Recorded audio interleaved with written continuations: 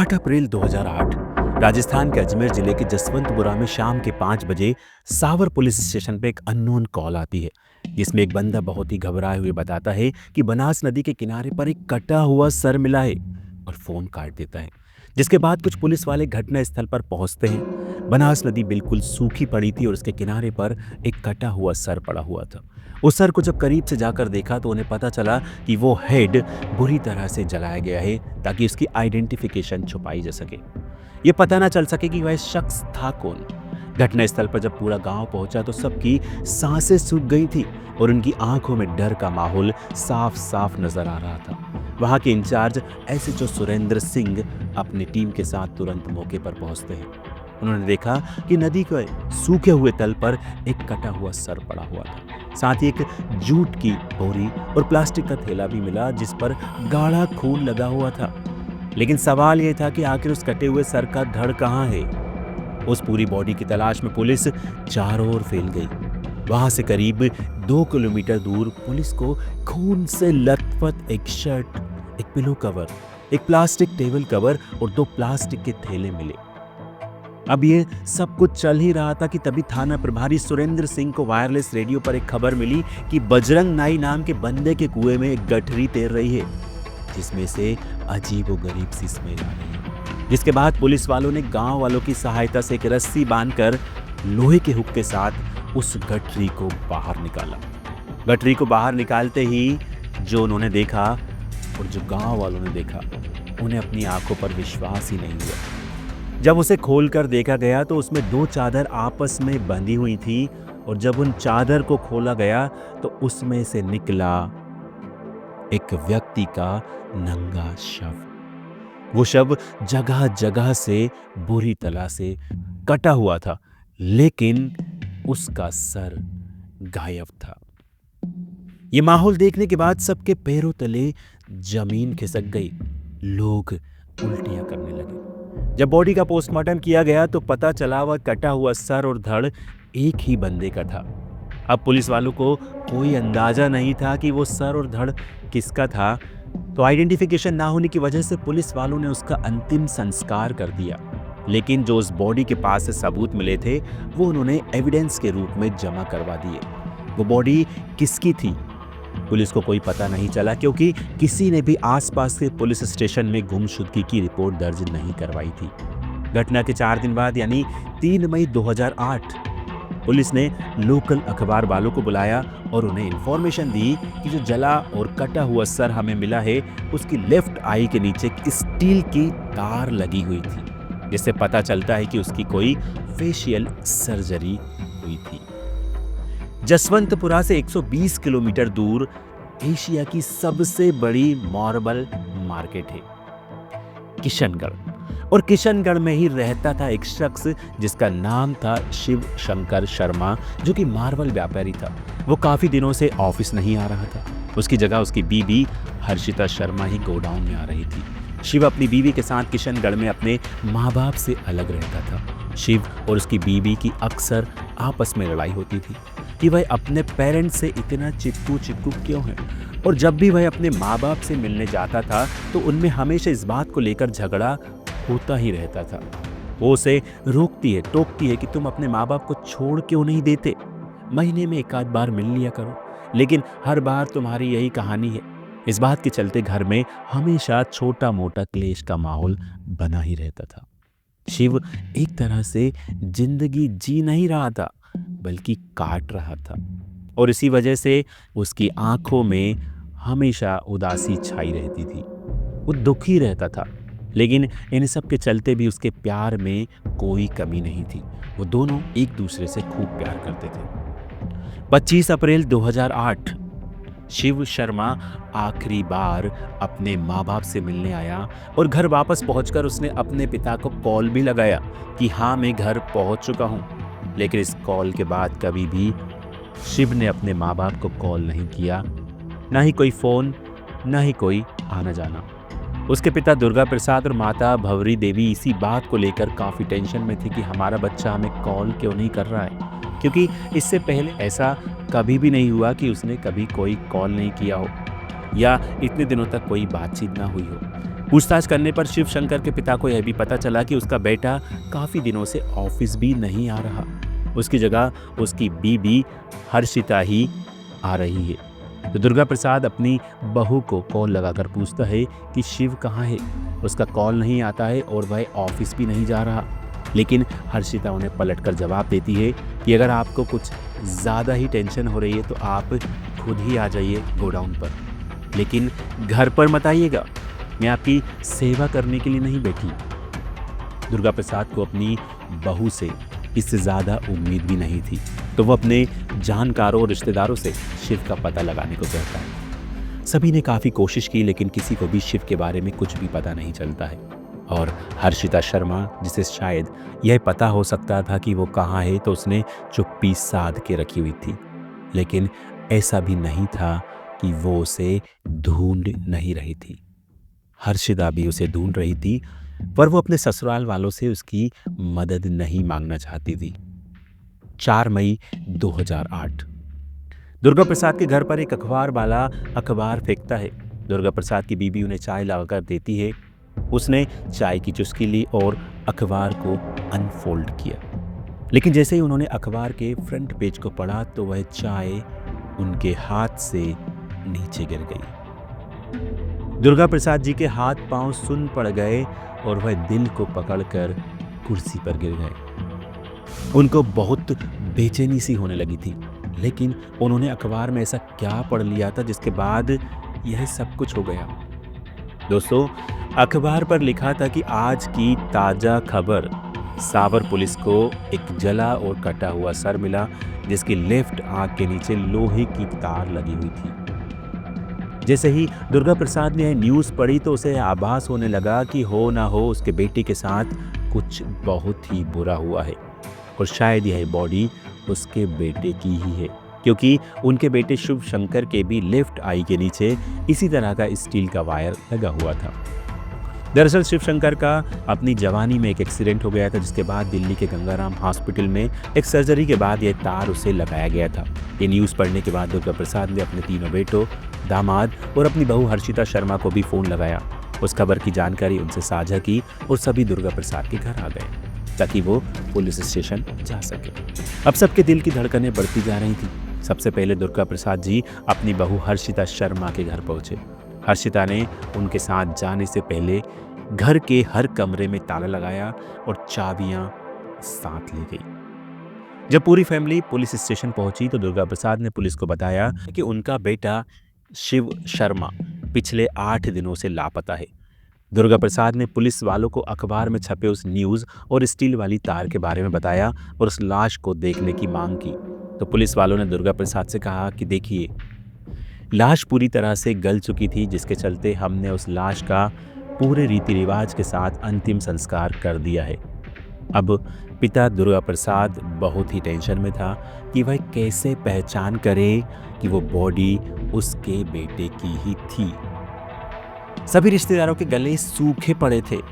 सब यह सुनना चाहते थे कि वो बॉडी उसके प्यारे शिव की ना हो। उधर शिव की बीवी बिल्कुल रिलैक्स पुलिस स्टेशन में खड़ी हुई थी। उसके हाव भाव बिल्कुल भी नहीं बदले थे। वो बस सबको टकटकी लगाकर देखे जा रही थी। तभी थाना प्रभारी सुरेंद्र सिंह बोलते कि देखिए, हमने उसका अंतिम संस्कार तो कर दिया है, लेकिन जो उस बॉडी के पास से सबूत मिले थे वो अभी भी हमारे पास है। अगर आप देखना चाहते हैं तो हम आपको वो सबूत दिखा देते हैं। जिसके बाद कुछ ऑफिसर्स एविडेंस रूम में गए और वहाँ से सबूत उठाकर फैमिली वालों के सामने रख दिए। वो खून के धब्बों वाली full sleeve shirt, jute bag, plastic वाले थैले और स्टील वाली तार। अब जैसे ही वह शर्ट को दिखाया गया तो हर्षिता शर्मा टकटकी लगाकर आराम से माहौल को देखे जा रही थी। उसे अब धीरे धीरे समझ आने लगा था कि शायद सच में उसका पति हमेशा के लिए उसे छोड़कर जा चुका है। उसकी आंखों से एक एक करके आंसू गिरने लगे थे। उसके हाथ पैर सुन्न पड़ गए थे और वो जोर जोर से चीख चीख कर रोने लगी और उसने चिल्लाते हुए कहा कि यह शर्ट और ये बैग्स उन्हीं के हैं जो वो उस दिन घर से पहनकर और हाथ में लेकर निकले थे। तभी एसएचओ सुरेंद्र सिंह फैमिली वालों की ओर गौर से देखने लगे। उन्हें अब पूरी फैमिली पर शक था, लेकिन उनके पास कोई भी ठोस सबूत नहीं था। उधर दुर्गा प्रसाद ने भी कहा कि हाँ, शायद यह मेरे बेटे की शर्ट हो सकती है। पुलिस ने कहा कि हाँ, हो सकता है कि यह शिव की ही शर्ट हो, पर ऐसा भी हो सकता है कि यह ना भी हो। सिर्फ कहने से ही यह बैग और शर्ट शिव का ही है, उसका नहीं हो जाता। इसे साबित नहीं हो जाता कि जो लाश उन्होंने जलाई है वो शिव की ही है। पुलिस वालों को ठोस सबूत चाहिए थे, जिसके बाद शिव के पिता दुर्गा प्रसाद ने कहा कि हाँ, मेरे पास एक सबूत है। दुर्गा प्रसाद ने बताया कि जो स्टील का तार आपको मिला है, उसके बेटे के चेहरे पर भी उसी जगह का वही तार लगा हुआ था, क्योंकि 11 साल पहले उसके बेटे का एक्सीडेंट हुआ था। उसकी गाल की हड्डी टूट गई थी, तो इस हड्डी को वापस माथे की हड्डी से जोड़ने के लिए उसने अपने बेटे को दिल्ली के गंगाराम हॉस्पिटल में एडमिट कराया और डॉक्टर शाह ने ऑपरेशन के जरिए उस स्टील के तार से दोनों हड्डियों को जोड़ा था। लेकिन पुलिस वाले ये मानने को तैयार नहीं थे, तो वेरीफाई करने के लिए दुर्गा प्रसाद ने पुलिस वालों को डॉक्टर साहब का नंबर दिया। थाना प्रभारी सुरेंद्र सिंह ने डॉक्टर को कॉल किया, तो डॉक्टर ने उस घटना के बारे में वेरीफाई भी किया कि हाँ, ऐसा हुआ है। डॉक्टर ने यह भी बताया कि इस तरह के स्टील के तार लगाने के लिए वो पूरे देश में एकमात्र स्पेशलिस्ट डॉक्टर है, और उन्होंने यह भी बताया कि पूरे राजस्थान में उन्होंने अब तक सिर्फ 3 जनों को ही इस तरह की सर्जरी करके ये स्टील का वायर लगाया है। डॉक्टर ने उन 3 पेशेंट्स की जानकारी भी शेयर की। अब पुलिस वालों के लिए काफ़ी आसान हो गया था। पुलिस ने सभी पेशेंट से बात की, बस शिव शंकर को छोड़कर बाकी सब जिंदा थे, और फिर यह साफ हो गया कि वो लाश जो पुलिस वालों ने जलाई थी वो शिव शंकर की ही थी। लेकिन अब पुलिस वालों को यह पता लगाना था कि शिव शंकर को आखिर कौन मार सकता है और क्यों। तो इन्वेस्टिगेशन शुरू होती है। पुलिस का पहला शक गया शिव की बीवी के ऊपर, लेकिन पुलिस को यह भी लग रहा था कि वो इतने ऊंचे लंबे कद का और उसकी बीवी बिल्कुल छोटे कद की थी, तो वो उसको कैसे चोट पहुंचा सकती है। और पुलिस को यह भी लगा कि हर्षिता शर्मा अपने पति को इतनी बेरहमी से काट ही नहीं सकती, क्योंकि उनके 2 छोटे बच्चे भी हैं। पुलिस ने फिर सारे परिवार के सदस्यों के साथ पूछताछ की, शिवशंकर के परिवार से भी और हर्षिता शर्मा के मायके से भी। सब एक दूसरे पर टूटने लगे, लड़ने लगे, झगड़ने लगे, सब एक दूसरे पर इल्ज़ाम लगाने लगे। लेकिन एक बात जो सब कह रहे थे वो ये कि हर्षिता और शिव शंकर में हमेशा अनबन रहती थी और इनके रिश्ते ठीक नहीं चल रहे थे। और यह भी पता चला कि अक्सर हर्षिता शर्मा का भाई यानी शिव का साला उसे हमेशा कॉल करता था कि तुम मेरी बहन के साथ ठीक नहीं कर रहे हो जीजा जी। जिसके बाद पुलिस सबसे पहले तो हर्षिता के भाई को हर्षिता के मायके से उठाती है। पहले तो पुलिस हर्षिता के भाई से साइकोलॉजिकल तरीके से पूछताछ करने की कोशिश करती है कि बताओ तुम्हें क्या पता है, लेकिन वो बार बार यही कह रहा था कि मुझे कुछ नहीं पता है। जिसके बाद पुलिस हर्षिता के सामने ही उसके भाई को बिठाती है और उसकी अच्छे से खातिरदारी करती है। उसके बाद उससे फिर से पूछा जाता है कि भाई साहब, आपके अंदर जो भी है जल्दी से उगल दो, नहीं तो हम उल्टी करवा कर बाहर निकाल लेंगे, और शायद तुम्हें पता भी नहीं है कि इससे बुरा भी हो सकता है। फिर उसके बाद शुरू होती है पुलिस की खातिरदारी, और ये खातिरदारी देखकर सामने बैठी हर्षिता शर्मा अपनी भाई की ऐसी हालत देखकर टूट जाती है। और फिर जो हर्षिता शर्मा ने एसएचओ सुरेंद्र सिंह को जो बताया, उसे सुनकर सुरेंद्र सिंह का गला सूख गया। हर्षिता ने कहा कि अब जो मैं आपको बताने जा रही हूं वो एक एक बात सच है। हाँ, मैंने ही अपने पति शिव शंकर का खून किया है। जब पुलिस ने पूछा कि तुमने ऐसा क्यों और कैसे किया, तो हर्षिता शर्मा अपने वो राज पुलिस के सामने उगलना स्टार्ट करती है, जिसका एसएचओ सुरेंद्र सिंह और आप अंदाज़ा भी नहीं लगा सकते। उसने बताया कि उसे शक था कि उसका पति अय्याशी करता है और वो अक्सर फ्लाइट पकड़कर दिल्ली और मुंबई के नाइट क्लब में जाता है। उसके कई महिलाओं के साथ अवैध संबंध थे। यह सिर्फ एक शक था, उसके पास कोई सबूत नहीं थे। दूसरा शक यह था कि वो अपने परिवार से बहुत प्यार करता था, तो उसे लग रहा था कि ऐसा ना हो कि वो सारी की सारी प्रॉपर्टी, अपना बिजनेस कहीं अपने परिवार वालों को ही ना सौंप दे। और इसी के चलते उसकी खोपड़ी ने शिव शंकर को मारने का प्लान बनाया। वो बताती है कि कैसे उसने अपनी पति को मौत के घाट उतार दिया। उसने बताया कि शिव का ड्राइवर, जो कि उसका दोस्त था, जिसका नाम था अशोक वेस्लॉप, हर्षिता ने उसके साथ मिलकर घर में ही अपने पति को मौत के घाट उतार दिया। हर्षिता ने अशोक को इस लालच में रखा कि जो गाड़ी मेरे पति ने तुम्हें फाइनेंस पर दी है उसकी सारी किस्त में माफ़ कर दूंगी और अलग से पैसा भी दूंगी। 26 अप्रैल 2008 शाम के 7 या 7:30 के बीच हर्षिता ने शिव शंकर के जूस में गोलियां मिलाई, वो भी नींद की, जिससे वो बेहोश हो गया। जिसके बाद अशोक को घर बुलाया, जो अपने साथ कुल्हाड़ी लेकर आया और फिर उसके बेहोश पति को टेबल पर लेटाया और एक के बाद एक कुल्हाड़ी के जरिए 10 से 15 वार किए। अशोक ने शिव की गर्दन पर 5 से 6 बार वार किए, जिससे शिव की गर्दन की हड्डी टूट गई, लेकिन अभी भी उसकी गर्दन धड़ से अलग नहीं हुई थी, वो उसी के साथ चिपकी हुई थी। फिर शिव की बीबी चाकू से धीरे धीरे सब्जी की तरह उसकी गर्दन को काटना शुरू करती है और उस गर्दन को काटकर धड़ से अलग कर देती है। ऐसा करते ही शिव के धड़ से मानो जैसे खून का गुब्बारा फूट गया, खून की पिचकारियां निकलने लगी। ये देखकर हर्षिता भागकर एक कैन लाती है और शिव के एक एक खून की बूंद को निचोड़कर उस कैन में भरने लगती है। करीब 3 से 4 लीटर गाढ़ा खून उस कैन में जमा हो गया, लेकिन अभी भी उन दोनों को चैन नहीं आया।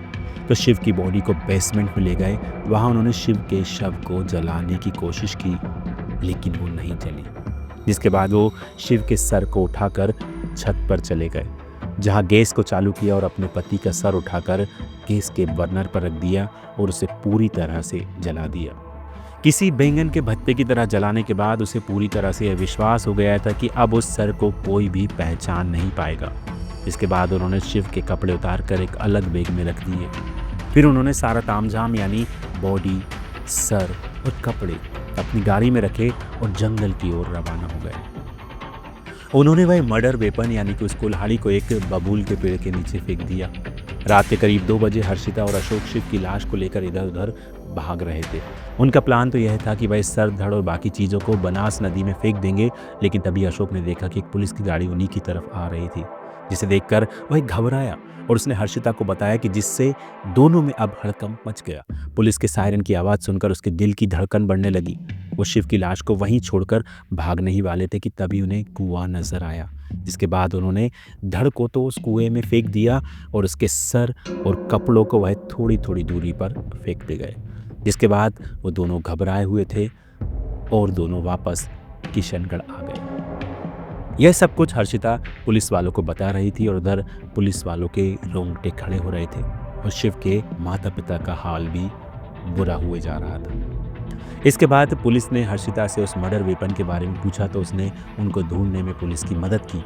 वहीं दूसरी ओर कुछ और सबूत ढूंढने के लिए एक पुलिस की यूनिट शिव के घर पहुंचती है। वहां उन्हें एक डायरी मिलती है जो कि शिव शंकर शर्मा की ही थी। शिव को अपनी दिनचर्या लिखने की आदत थी। उस डायरी में लिखा हुआ था कि शिव की बीबी उसे एक बार नहीं बल्कि बार बार मार रही थी, मेंटली टॉर्चर करके। शिवशंकर की डायरी में हर्षिता को लेकर कई खुलासे किए गए। डायरी के पेज नंबर 134 में लिखा था 5 मई 2005। शिव ने लिखा कि सुबह से ही हर्षिता तलाक के लिए जोर दे रही है। मैंने मना किया लेकिन वह घर से जाने लगी। मैंने उसे रोकने की कोशिश की लेकिन उसने मुझ पर पलटवार किया। मैंने उसे दिखाने के लिए अदालत के लिए नंबर लिए, उसके सामने फ़ोन भी लगाया। मुझे पता था कोर्ट में दोपहर के 1 बजे तक ही काम होता है, तो मैंने जानबूझकर टाइम ज़ाया किया। दोपहर के 1 बजे जब हम कोर्ट पहुँचे तब तक कोर्ट बंद हो चुका था।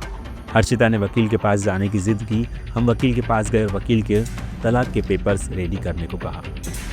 पेज नंबर 154 में लिखा हुआ था 4 जून 2005। इस पेज पर लिखते हैं, मुझे डर है कि मुझे खाने में जहर दिया जा रहा है। पता नहीं मेरे खाने में ऐसा क्या मिलाती है कि आजकल मेरी जीभ लड़खड़ाने लगी है। मतलब शिव को यह पता था कि उसकी बीबी उसे मारने की कोशिश कर रही है, लेकिन फिर भी वो रिश्ता निभाता गया और सहता गया। शायद उन 2 मासूम बच्चों के लिए, क्योंकि एक बाप ही ऐसा कर सकता है। जब पुलिस वाले उस डायरी के आखिरी पन्ने तक पहुंचे तो उन्हें पानी के सूखे हुए दाग मिले। शायद वह शिव के ही आंसू थे जिन्हें वो रोक नहीं पाया। अब डायरी के पन्ने भी हर्षिता के खिलाफ सबूत बन गए थे, जो कि ये पुलिस वालों को चीख चीख कर बता रहे थे कि आप जिसे ढूंढ रहे हो वो यहाँ है। और अब यह डायरी कोर्ट में एक एविडेंस का काम करने वाली थी। हर्षिता और उसके क्राइम इन पार्टनर अशोक को उम्र कैद की सजा हुई। हर्षिता ने सबूतों को मिटाने की बहुत कोशिश की थी, लेकिन उसे नहीं पता था कि एक स्टील का तार उसे पंजे की तरह जकड़ लेगा। बच्चों की कस्टडी इसके दादा दादी को सौंप दी गई। दोस्तों, औरों में कहाँ दम था, हमें तो अपनों ने ही लूटा। ये कहानी इसी तंज पर कसी है, ऐसा कह सकते हैं। दोस्तों, क्या अब जमाना इस मोड़ पर है कि अपने भी अपने नहीं हैं? समाज कहाँ जा रहा है और क्यों जा रहा है? कमेंट करके हमें ज़रूर बताइए कि आपकी इस सच्ची कहानी पर क्या सोच है। आपके मन में ये कहानी सुनने के बाद जो भी आपके मन में आ रहा है उसे हमें कमेंट करके ज़रूर बताएं। इस तरह के और भी रियल और ट्रू स्टोरीज़ देखने के लिए हमारे इस चैनल को सब्सक्राइब करें और वीडियो को लाइक ज़रूर करें। मिलते हैं हमारे अगले वीडियो में, तब तक के लिए जय हिंद, वंदे मातरम।